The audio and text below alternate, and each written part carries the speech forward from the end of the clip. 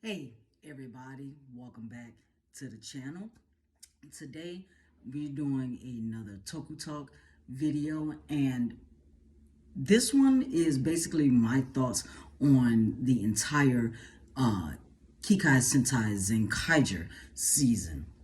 Now, I will say that I don't want to say that it had its good moments, because from what I pretty much have picked up is the fact that, yeah, it did have its good moments, but it also had its bad, but more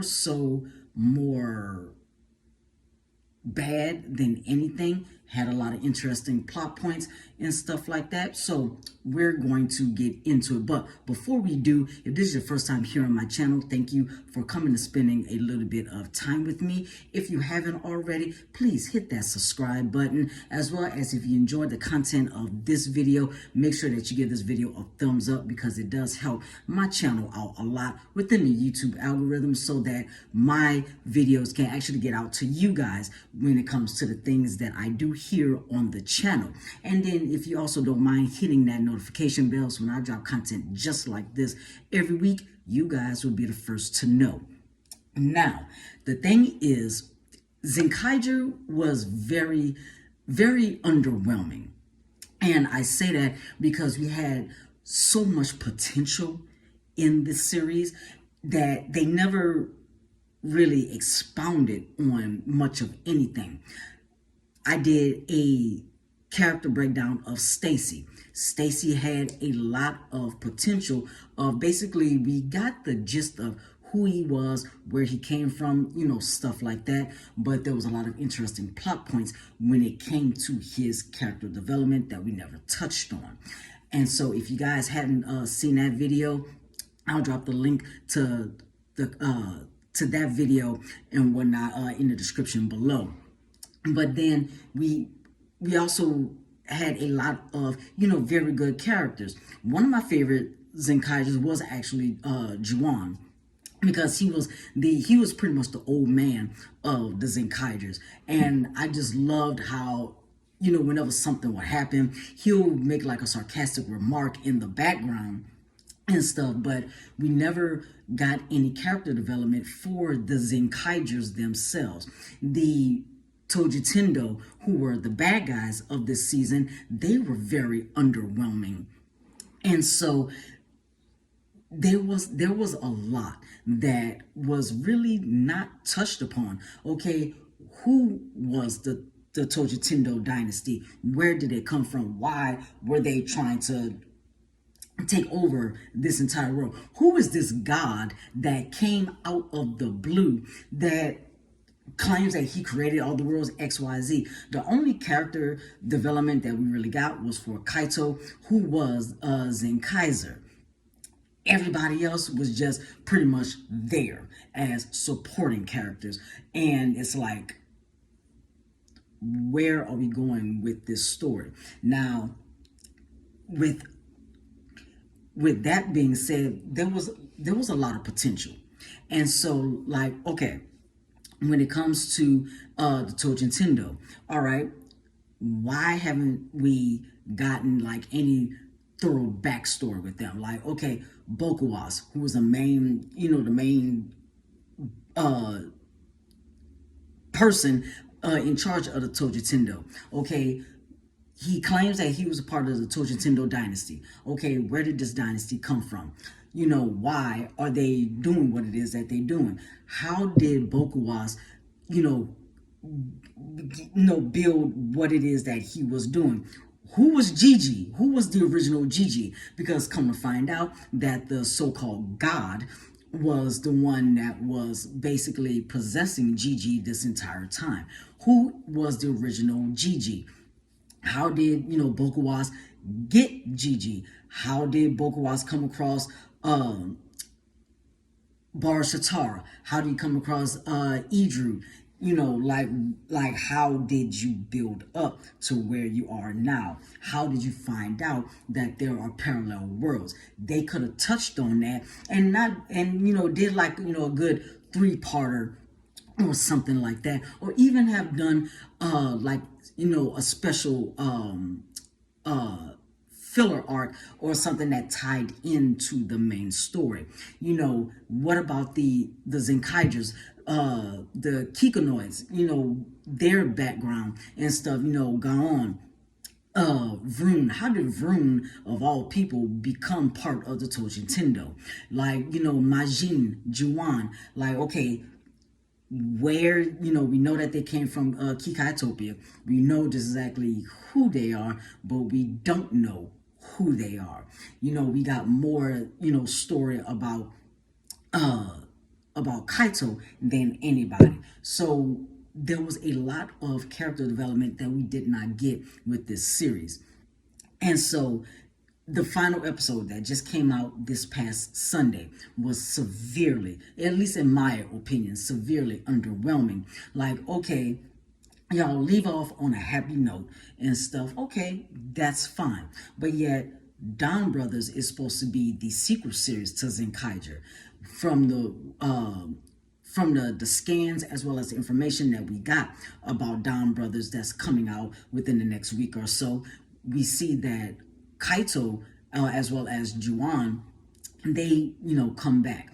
Well, Kaito, on the other hand, his presence is not the Kaito that we know about or that we have grown to know of.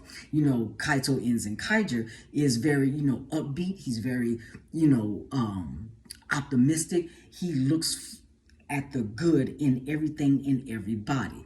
But yet in the scans and information that we got for Dawn Brothers, he seems more like Eren from Attack on Titan.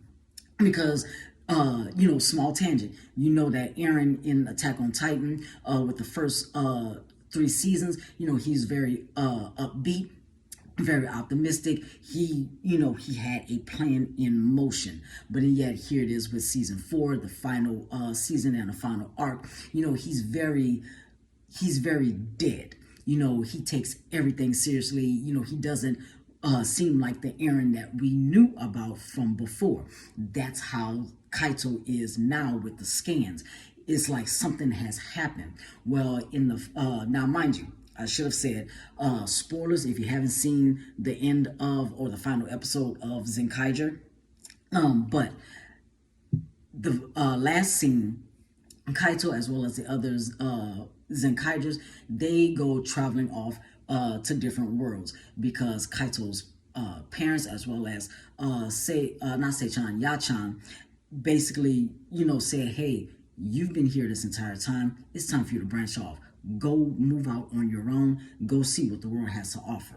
So Kaito does that, and he was very happy going through the other world portal.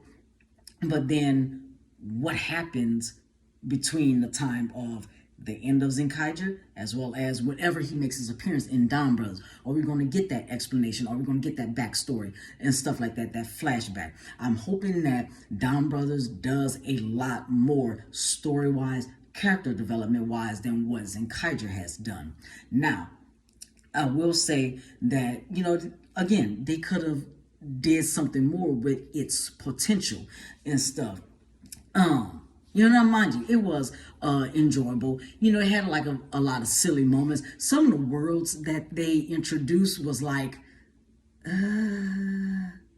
seriously, like, okay, you know, for example, you had Sushi World, you had Katetsu World, and then, you know, you had all these different worlds and stuff. You know, it's like, okay, y'all could have done something like a lot different, you know, and when I like having these type of worlds, okay, yeah, that's all fine and everything, you know, Ramen World for the, you know, for the sillier episodes and stuff like that. But then, you know, at the same time, y'all could have done it like, okay, well, what kind of world will we have that's going to actually push the Zenkaigers to their very limit and stuff. Now, I can't really think of anything off the top of my head for that right now. But if you guys have any suggestions on, you know, what kind of different worlds that they could have done and stuff, you know, drop them in the comments below. I would love to see what, you know, you guys come up with. But, you know, something that's gonna, basically move the story along, while also building the world, building the characters, stuff like that and whatnot. But like I said, Zenkaiger was severely underwhelming to me and stuff. Now, with me saying that, like, if any of you guys out there, if y'all really did enjoy Zenkaiger, that's on you. That's, your own discretion. I'm not knocking you for that. Just me personally, I didn't really care for it that much. I guess you could say that I just watched it just because I had started it and I came all this way and stuff. So I basically just finished it off to say that I completed another Sentai season. But to me personally, it does seem like Toei is, not trying to talk bad about Toei, please, not trying to talk bad about Toei, but it just seems like, they're running out of ideas Sentai wise and stuff. And so, I actually would like for Toei to reach out to us, in the Toku community to, ask, hey, what kind of ideas do you guys have? That will actually be, awesome, because I know that us Westerners, as well as other people who do enjoy Toku, we have so many ideas story wise and stuff like that. And so I would enjoy, something like that.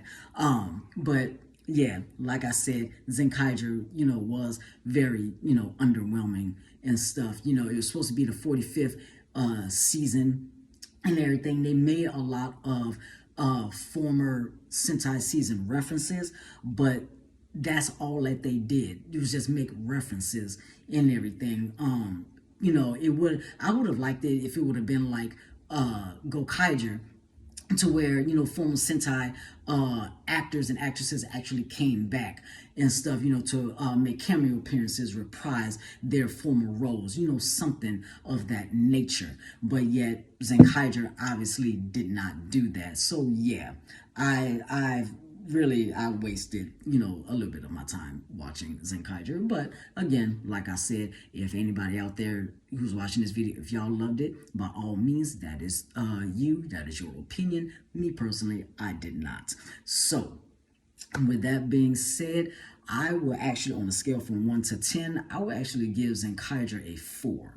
And so that's just how I look at it and whatnot. Yeah. So with that being said, I am going to end this video here.